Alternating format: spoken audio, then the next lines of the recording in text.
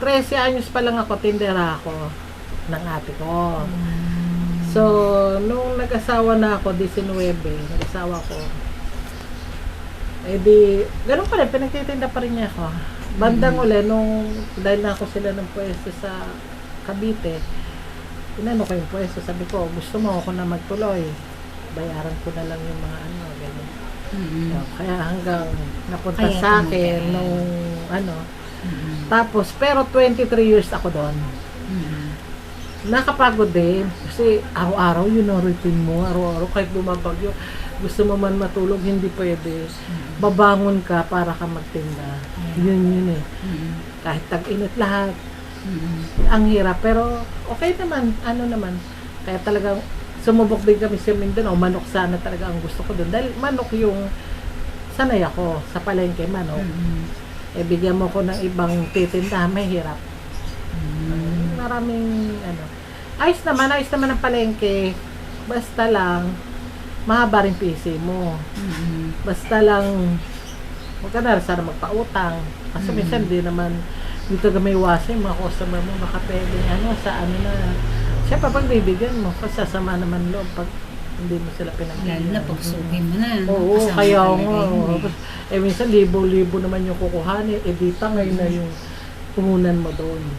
Pagka-libo na. Minsan nasa mo, 5,000 o meron. Meron naman customer na bumabalik taga ketonto ako pag, yan, may magbabayad, may pera ka na. Kaso, ganun lang ang ano, ganun lang ang buhay mo. Yan ang buhay palengke. Parang, lagi ka walang pera. Minsan, wala ka ng pambili ng manok. Ganun. Napaka, ano. Like, eto, hindi kasi araw-araw, hawak na may oras namin. Kahit bumabagyo, matutulog kami. Okay lang. Akala Diba, mo yun lang pagka ang- nasa palengke ka, no? Kasi nakikita natin sa palengke, ang mga nagtitinda, laging may hawak na cash. So, akala hawak natin, lang. ang dami na pala talaga nun, ano? Yes, hawak lang. Minsan yung mga timba-timba nila puno eh. So, akala mo, ang laki na ng meron Yes, sila that. Oo. Okay. Kaya So, mahirap din naiintindihan ang ko rin. buhay ng mga tindera Mm-mm. na hanggat hindi babayaran mo yung produkto eh. Paano kung hindi maubos? Yeah. Anong babayad mo? Namuhunan din kami ng ganyan, nagkukostal kami mag-asawa. Alas 12 ng gabi lalakad na kami. Nasa kalye kami. Tapos di-deliver namin alas 2 kami darating palengke. Tutulog muna ng konti. Magbubukas ng manok. Nagnabutas din kami. So, lahat. Yung mga isda naman. Naboto. So, namumunan kami sa mag-isda. Banyera. Kaya lang ang masakit lang, pag hindi talaga naubos yung produkto mo, balance.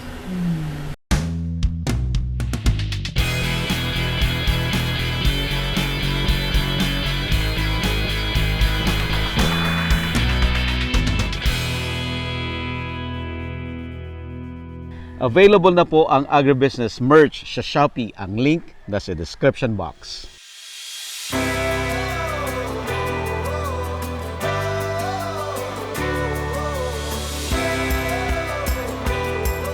We are a few weeks away sa ating Agribusiness How It Works Grand Meet and Greet at ang highlight ng ating event ay ang business-to-business matching. Kaya don't miss this chance na makilala ang ating mga special guest speakers, ating mga resource persons, mga subscribers, farm owners, business owners, mga mahilig sa farming at mga gustong mag-start ng agribusiness. Secure your slots now and get a chance to win a trip to Hong Kong and Guangdong, China. Courtesy of Book and Go Travel and Tour Services. Strictly no walk-in, August 18, 2024, Gazebo Royal, Quezon City. Gusto naming magpasalamat sa ating mga major sponsors. Crispy King, sarap, busog at budget. Amo, ako'y magsasakang organiko, itaas ang ani, ibaba ang gastos. Agridome, empowering you with digital agriculture. Tuburan Coffee, handpicked and roasted with love. Rural Bank of Angeles, your rural bank of choice. One Sky Haro, basta aluminum, One Sky. Don Benitos, ang pambansang kasava. Greenland Organic Fertilizer, katuwang sa pag-asenso ng magsasakang Pilipino. Bulacan Dragon Fruit Depot, source of quality dragon fruits and planting materials. And we would also like to thank the following: Romsol by Rumen Nutrition Solution, Pampanga's Best, Mega Prime Foods, Godel by JCG Marketing Group, Sandoval Best Farm Fruits, Razons by Glenn, Don Ricardo's Lechon, Agrimac Philippines, Allied Botanical Corporation, Tate Aqua Feeds.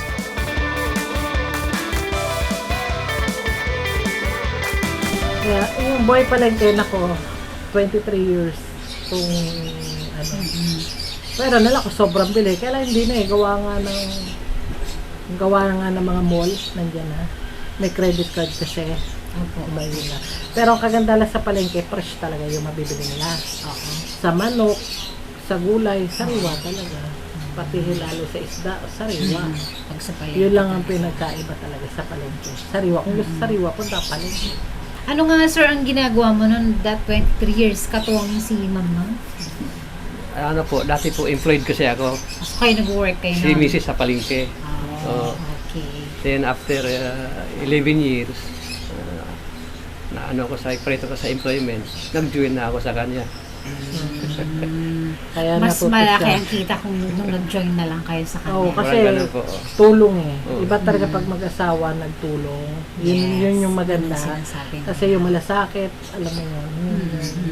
Yun yung ano. Ako na yung karelyebo niya. Ako sa umaga, siya sa hapon. Ganon trabaho. Kaya lang, sabi ko nga, pag tuwas mo, syempre pag may tira, short pa nga yung pambayad mo. Kaya, mangyayari, utang ka 5-6 para ibayad mo doon sa produkto mo. Kasi hindi nga naubos eh. Yun yung ano. Yun lang hirap talaga. Bakit po iba-iba yung negosyo ninyo? Nag-iba-iba? Ang sagot. Iba-iba. Sir. Kasi nga, solo nga mayroong mga opportunities, papasukan mo. Para maraming source of income. Katulad noon, nasa employment pa ako noon. Hindi ko na makakalain na masiparate ako. Pero pinaplano ko na ahead na whenever na mawala ako sa company, meron kang fallback position. Okay. In the same manner with business. Pag tumuma lang manok, mayroon kang other fallback position. So, parang ganun yung naging continuity ng negosyo niyo. Nagmanok kayo noon. Nag-isda. Nag-isda. Kasi sir, nag-work pa ng quality. Marami kami kinumpwesto. Yeah. Ang dami. Kaya Yeah. sabi nga, try until you succeed, diba? Kasi kasi nagpili ng Hanggang bumagsak yan, ano nga kami rito. Nag-enjoy na kami rito. Kumori kami ng pwesto. Kaya lang, sad to say, mahal kasi ng upa. Tapos, ang sales, magkano lang, talo pa. Para ka lang din nagtatapon ng pera. Nagtsaga rin kasi kailangan eh. Eh kung naging bulumakas naman, diba? At hindi. Sabi ko, tama na. Focus na lang delivery ka na. At least, wala kami. Saka home base siya. Wala kami upa. Yun yung ano. Sa mga online naman, okay din naman. Anong mga bumagsak niyong negosyo? Hindi bumagsak pa tayo. Yung sa Mindanao lang. Ah, sa yung Mindanao, ano. kasi Kasi nag-try kami ng ano, ibang, Bab- hindi eh, nag-click. baboy O, kasi, nagbaboy, hindi baboy. nag-click.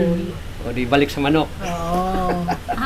Nagpunta kami Mindanao kasi taga doon siya. Nakita ko kasi yung opportunity, mabili yung palengke. Kasi walang mall. Meaning, ang daming namimili ron. Tapos ang upa, 20 pesos ang araw. Ay, Siyempre, di ba, 20. So, in-interview ko doon yung nagmamanok, dalawa lang sila. Kasi kung magkano nabebenta mo dyan? 15,000. 15,000. Alam ko magkano tubo nun. Di, sabi ko sa hipag ko, sabi ko sa hipag ko, baka pwede yung pwesto mo, gawin natin manok. Pumayag naman. Pwede na una to. Inaayos ko rito, andito ako, inaayos ko. Pagdating doon, nabago. Kumuha siya pwesto, baboy, Naging bumagsak baboy. sa baboy. Hindi kami sanay sa baboy. Kami sanay sa baboy. Ang daming kalaban ng baboy. Siyempre may mga sokinesya, di ba? Ang hirap sa baboy kasi, pag natira siya, inabot ng hapon, may amoy na taga ang baboy. Sabi nga, may utot na siya talaga. May amoy na. Hindi mo na siya pwedeng iyelohan o ano. Hindi. Kaya mahirap din, sabi ko, hindi kasi kami sanay magbaboy. Yun yung ano. Sa manok kasi, kung matira yan ng tanghali, iyelohan mo lang yan eh. Tapos maglabas ka ng bago. Ganun, hindi siya mangangamoy. Tsaka alam ko maglaro sa manok, kung paano siya. Kahit, sabi ko, isda rin okay din. Gusto ko nga isda kasi maganda rin kita na isda. Kaya lang sa isda, hindi ko alam yung isda rin. Yung manok kasi may deliver eh. Dinideliver ang manok eh. Kaya, yun talaga yung isa pa yun. Sayang nga eh, sayang. Kasi ang mura lang na upa. Kaya lang nasira. Kasi nga, yung hipag ko, pagdating doon, hindi na pala siya pumayag. Hindi pumayag yung asawa niya. Nasayang yung biyahe namin. Ganun yung, marami, na pag-isipin mo lang yung mga pinagdaanan. Nakala nila pag biglang eto na, hindi. Napakarami, andiyan na-scam pa. Napakarami. Yung na-scam. Mapag-start. Grabe pinagdaanan talaga. Dapat talaga mayaman na kami. Kaya lang, Mayaman na kayo, mama, hindi diba? pa. Hindi pa ba? Tawag nila na Darating hindi pa. tayo din dyan. May mga tao lang tumulong sa akin para ako makasimula. Ayun.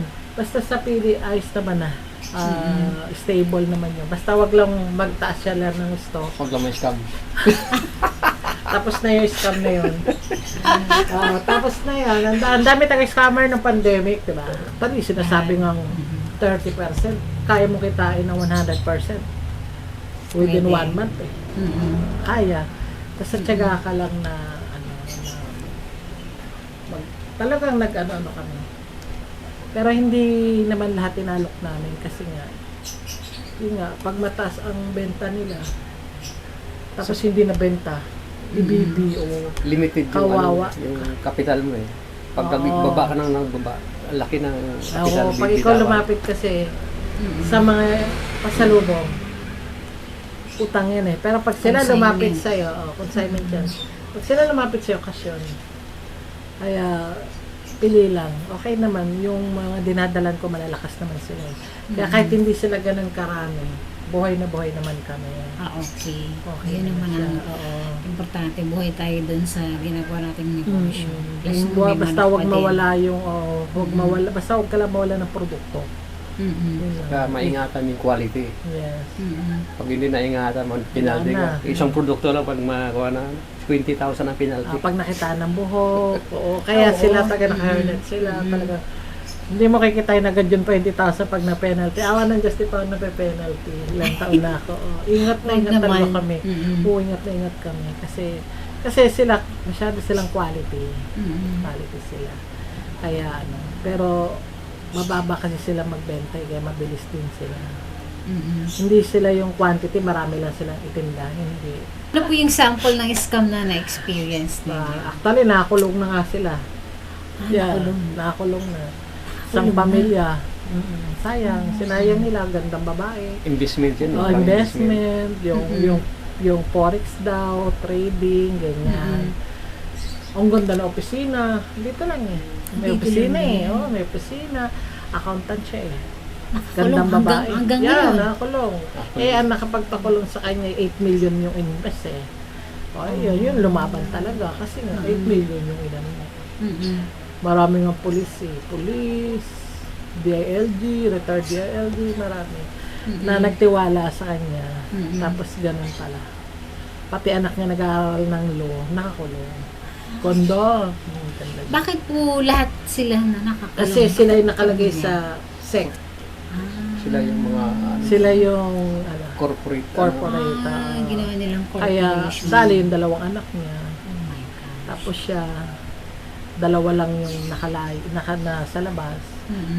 Sayang din yung pera na. Nasira yung buhay nila dahil dun sa... Ganda, hindi, tsaka ang gandang babae nila eh. Talaga. Ang ganda nila, sinayang niya. Ang ganda ng opisina. Maraming scam. Tapos sabi ko, kahit mag-offer sila, kasi sabi ko, mas malaki kikitain mo, tsatsagain mo lang. Kaya mo kitain. Nasilaw sa laking interest eh. Marami. Actually, marami kasi talaga nasira ang buhay. Napakarami. Laban lang. Kasi talagang grabe yung, as in grabe talaga. Parang hindi mo alam yung gagawin mo sa nangyari. Marami, napakarami. Hindi lang naman ako marami. Namatay na nga iba. Di bali na akong maloko, wag lang ako manloko, diba? Yun yung ano ko eh. Kaya hanggat mali, huwag ka na nga maloko, mag-ano ka na. Kailangan maging matalino ka na. Huwag ka kaya, na magpaloko. tama. Wag Lesson, na- lesson learned. lesson learned na Lesson rin. learned. Mm-mm. 3 years and up na. Yes, ano. Ganun. Kaya, ito, focus na lang kami sa ganyan. Minsan, isip na lang ano pa yung pwede. Kung ano pa yung pwedeng idagdag na lulutuin. Ano, Para mas madagdagan. Oo. Hindi pa kami nagmamaynila. Dito lang kami. Mm-mm. Kasi kung magmamanila ka at consignment, mahirap. Yeah. Kasi pag dito lang sa amin, ang lapit mo lang. Pag kailangan, minsan siniservice ko lang sa tricycle. Ganun. Pag Manila kasi, malayo. Traffic pa. Traffic. Kaya hanggang dito lang muna kami. Hindi pa kami totally lumalayo. Meron lang mga online lang na nagpapadeliver ba 20 bottles. Papakuha nila sa Lalamove. Ganun. Yun yung namin. Na-focus na kami rito sa delivery. Enjoy kami dito kasi hawak namin yung oras namin. Tapos ayun, nag-enjoy kami sa marami kami nakikilala. Alam mo yun. Ganon din sa palengke, marami ka rin nakikilala. Hindi mo nga alam, doktor pala yung customer mo, Bumibili sa'yo. abogado, ganon. Pero, yun nga, sabi ko nga, hanggang doon lang. Ito kasi pwedeng lumawak eh. Meron pa kayo ibang business na nag-iisip ulit. So, for Ay, yung example, online, yan siya. Si Michael. Nagpapagawa siya ng magandang pouch. Yeah. Para, sabi ko, pwede yan idagdag, ialo ko sa iba. Kasi hindi ko pa naman lahat pinasok ng pasalubong sa Tagaytay eh. Hindi pa. Ilan lang sila. Pero po yung ginawa niya kasi is lower price. Yun, into sabi pouch ko, naman eh. Para others can afford na bumili. Maganda yung Maganda po yun eh. maganda yun niya, maganda yung pouch niya pati, parang Yeah. social talaga. Oo. Pero sabi ko nga, pwede yung pouch na yan doon sa iba. Kasi etong nakabote ko, ano na to eh. Yan na yung ano nila eh. Although pwedeng madagdag kung gusto nila, bibigay pa rin naman ako sample para meron silang bote, meron silang pouch. Kasi di ba iba gusto lang naman nila Yeah, matikman. tikman. Pag hindi nila kaya rin yung presyo, merong maliit na pamimilian sila. Kasi hindi niyo control yung ano ma'am, no? Kasi pag binigay niyo na yung presyo niyo, bahala na sila magpatong. Kaya minsan nga, ako pa nga nagko-question eh. Sabi ko, huwag mo na masyado mahalan kasi Yeah. sabi nga na yung chick, di ba liliit, basta bilis. Diba? Kasi Pinoy parang gusto instant malaki. Basta may ko kung ilan yung bote, hindi ako yung pinoproteksyonan ko rin yung mga reseller ko, buzzer ko. Anyway, kahit produkto ko yan, sabi na lang, ma'am, baka dumaretso sa inyo. Wala nang problema ang dumaretso. Oo. Pero meron din silang quota. Meron din silang kung ilan yung minimum order. May volume Hindi din. pwedeng, kung isa lang, hindi. Yun naman yung kaya kong sa kanila. So, nice. Kaya, ibang, ma'am, paano ba mag-reseller? O, dito ko, 10 bottles up. Yun lang. Yun lang yung ko sa kanila. Pag lower doon, syempre, medyo mahal. Kaya sila, ginagawa nila 10, 20. Meron pa nga pinapadala pa sa Japan. In the future po, anong nakikita nyo? Mas lalaki pa ba to? O may mga plans nyo pa? Sir? Ano po, kaya nga pinapasok namin yung online para ma-widen yung market po eh. Kung may possible export, mas maganda po. Like ito, halimbawa, may mga viewers kayo, di ba? Yes. Di ba gano'n Correct. kagaya nung nanonood ako sa inyo, kinukontak ko sila. Diba? Pag naghahanap, kinukontak ko sila kung okay presyo, o yun, diba? No, at least, kami naman mismo nagluluto, kaya hindi siya gano'n kamahal. Hindi kasi kami reseller, kami mismo yung nagluluto ng pili. Kaya, yun lang, Ikaw, sir, happy ka naman yung situation ngayon ng inyong pili. So far po, Mayaman na kayo eh. Hindi. Di pa, nagbabayad pa, di ba, sabi ko nga. Pero pagtapos nun, pwede. Pwede naman yumaman. Pwede naman. Kailangan hindi pa, masabi ko nga, maraming ang pinagdaanan namin.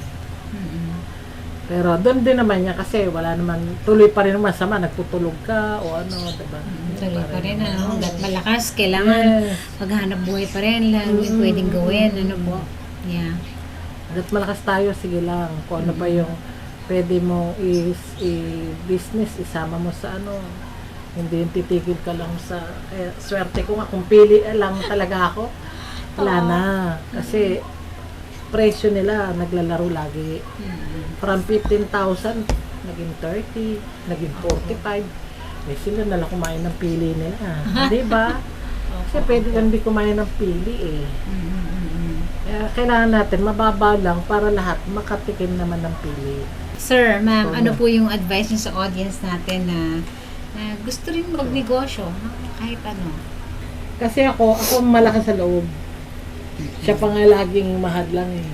Kasi takot siya eh. Ako ano eh. Sabi ko, kung hindi mo siya susubukan, paano mo siya malalaman? Totoo yan, susubukan mo eh. Talagang gugugulo ka ng pera. Kung malugi ka, wala magagawa. Nalugi ka na eh, ganun. Pero ako nga, kahit nga pangutang ko, gagawin ko pa eh. Para lang, at least sa negosyo, subok lang. Kasi kung sa yan, lagi kong bukang bibig sa kanya na, kung paano natin malalaman kung hindi natin susubukan. Kasi pag inisip mo agad na, wala yung mahirap yan, ganyan, ganito. Wala. Kumbaga, tsagaan lang ang negosyo talaga. Napakarami rin naman talaga namin tinapon na pera. Ang dami rin namin ano. Pero, basta sabi nga, try and try until succeed. O yun, ganun lang gagawin natin talaga. Anong advice niyo sa audience natin, sir? O yun, sir. Tuloy-tuloy lang ang buhay, kahit bumagsak, bangon ulit. Yun yan. Huwag mo wala ng pag-asa. Lagi, basta May kahit pa important. minsan may scam. Talagang memorable kay sir. Yun, yung kaya scam. ano, Hindi na yan mauulit, for hindi na, sure. tapos na. Tsaka, lagi ka lang din manalangin, yan ang importante, manalangin ka araw-araw, na basbasan yung ano mo, yung hanap buhay mo. Ganun lang naman. Kung hindi ka magtagumpay, subok pa iba. From manok, diba? Yeah. Napunta kami sa ganito. Hanggang sa tumama. Diba? Yan. Yeah. Sinuwerte. Dahil lang sa fertilizer, napunta sa pili. Diba? Yeah. Hindi ko akalain maano ko sa pili eh. Wala ng fertilizer, nag-deliver kami sa Bicol. Tapos binigyan kami ng pili. Yun, doon lang siya Hindi pa marunong magluto. dating reseller lang. Dating reseller.